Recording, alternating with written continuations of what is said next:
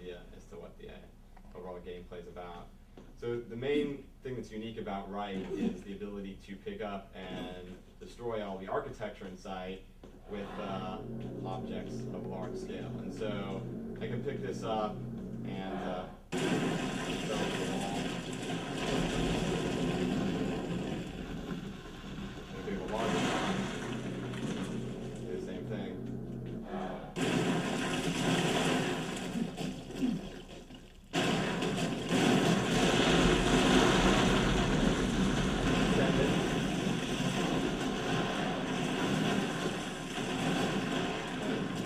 Damage to anything that hits if it's moving. Of course, we use reasonably physically accurate simulations, so smaller objects obviously are not as dangerous. Okay. At least in the current implementation. Depends on how fast you throw them as well.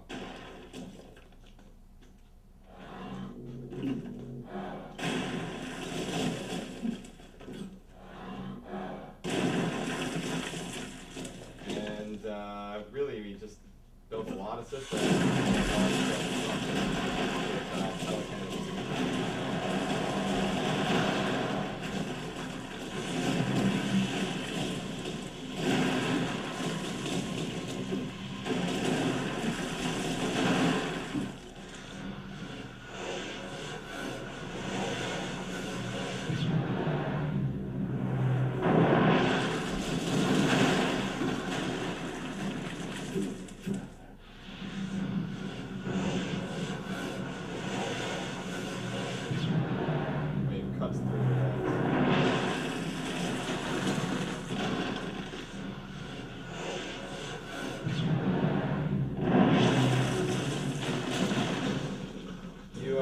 Have a bunch of different power levels in the game. At the highest power levels, you literally can just... You don't start out that strong, obviously. I'll restart the level and give you kind of a sense of the ramp of the game. You actually start the game with no powers at all, just with your guns. We made some changes there. We actually now have kind of a one-gun system, and you can do more detailed targeting by putting the gun in front of your view and then it's temporary blood, obviously. When you start out the game, you're pretty weak, and you can't even affect guys if you're too far away from them. When you get a little bit closer, you can kind of drag them around, you rip their gun away, they're annoying them, you can throw the gun at their head and kill them. And it does work, Dave.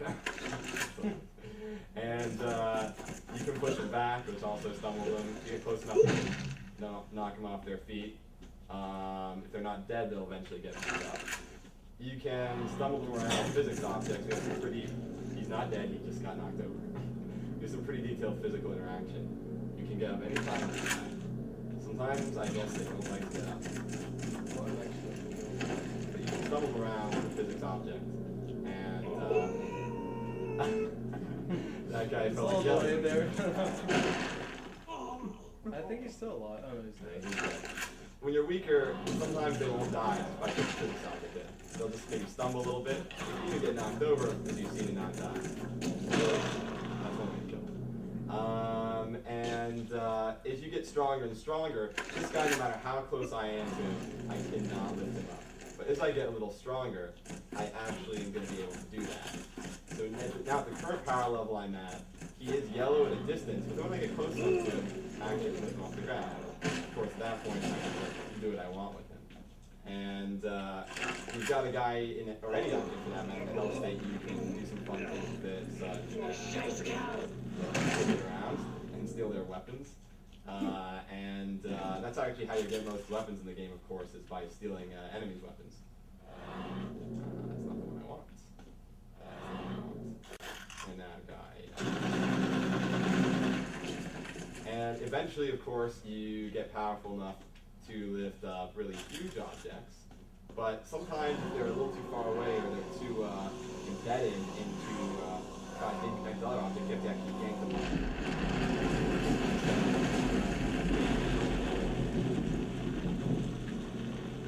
really huge object like this is particularly fun because it can just demolish everything.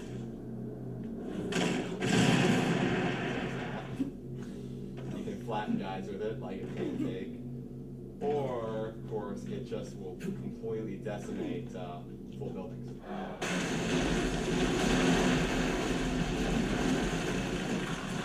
Obviously, smaller stuff can do that.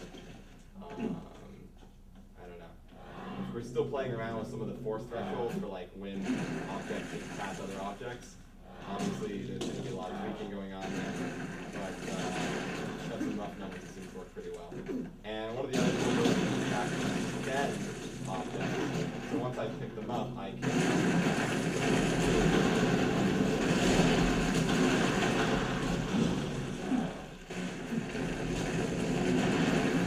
And one of the major changes to previous builds of the game is that objects destroy other objects all the time. So I can actually literally just drop stuff if it's from a sufficient velocity, a sufficient height, and destroy it.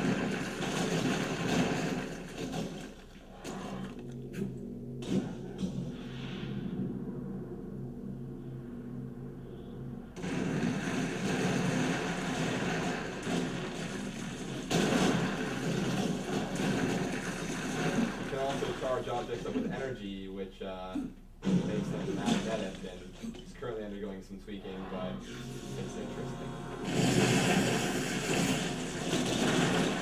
Especially when you do it on a really large object.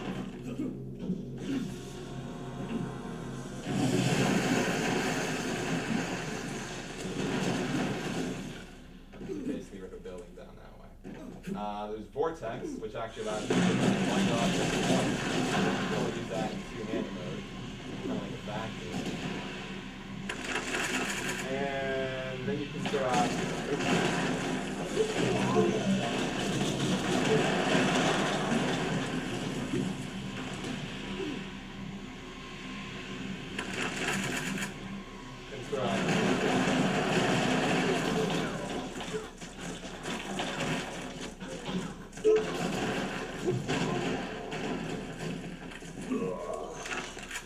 And you can, of course, actually throw guys through walls with that.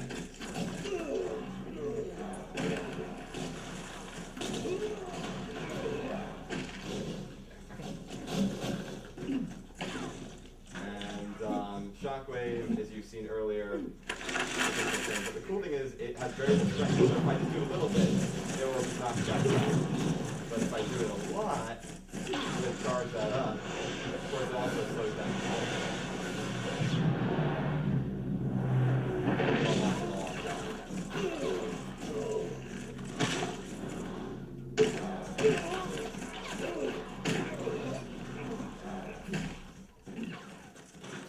And you can actually charge your guns with telekinetic power before, which actually allows you to do super shots.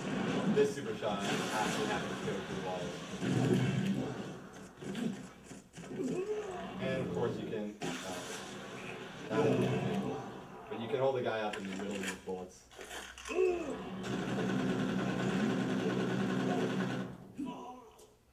And I'm going to show you some of the improvements that we've made to the AI system recently. You'll also notice, by the way, the world has full dynamic shadowing on it.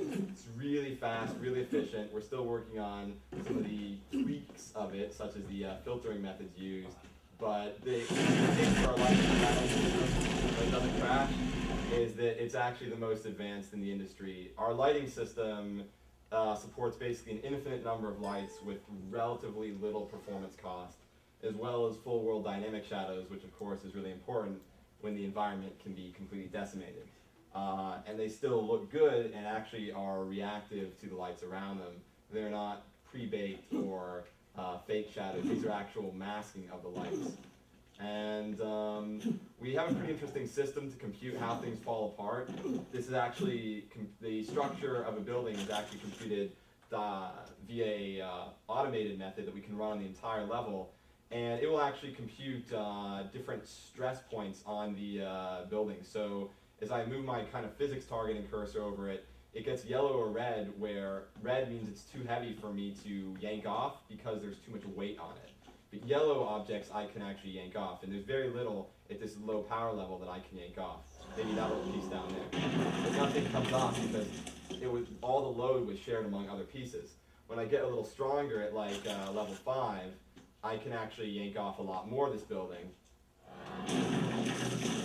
When I get to level 7, I don't even have to yank. I can just pull chunks of this building off completely. And then, of course, if I pull the right one, I can hold building find the load rate. So our scheme is a system which computes this automatically and makes sure that stuff falls apart as realistically as we can achieve with present context. And that was a lot of work to go through and actually make the engine conscious of the way things can break apart. I mean, we've basically rewritten every major portion of Unreal to do what our game really needs it to do. And that was a very long process. It took, frankly, a year and a half of research and development to figure out how to make this efficient enough for the game consoles, which was the only reason it was worth doing. But ultimately, we figured out the solution.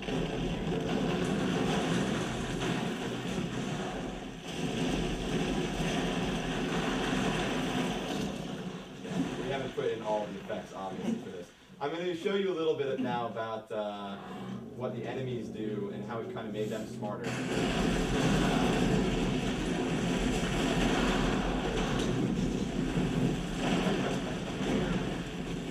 Oh, that was nice. We also added, as you can see, a mass destruction visual effects system, which actually allows the area to remain smoky for a while after large-scale destruction occurs. You know, we're still obviously tweaking. This is very recent work.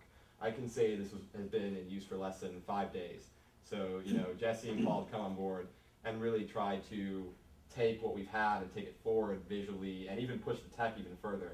I mean, the whole idea that objects can actually push right through other objects and keep their original momentum was an idea that Jesse came up with and Dave really quickly implemented. So one of our key things is making sure everything we come up with is actually doable and then trying to implement it and prototype it as quickly as possible. But we never do something that's not achievable. We know the technical and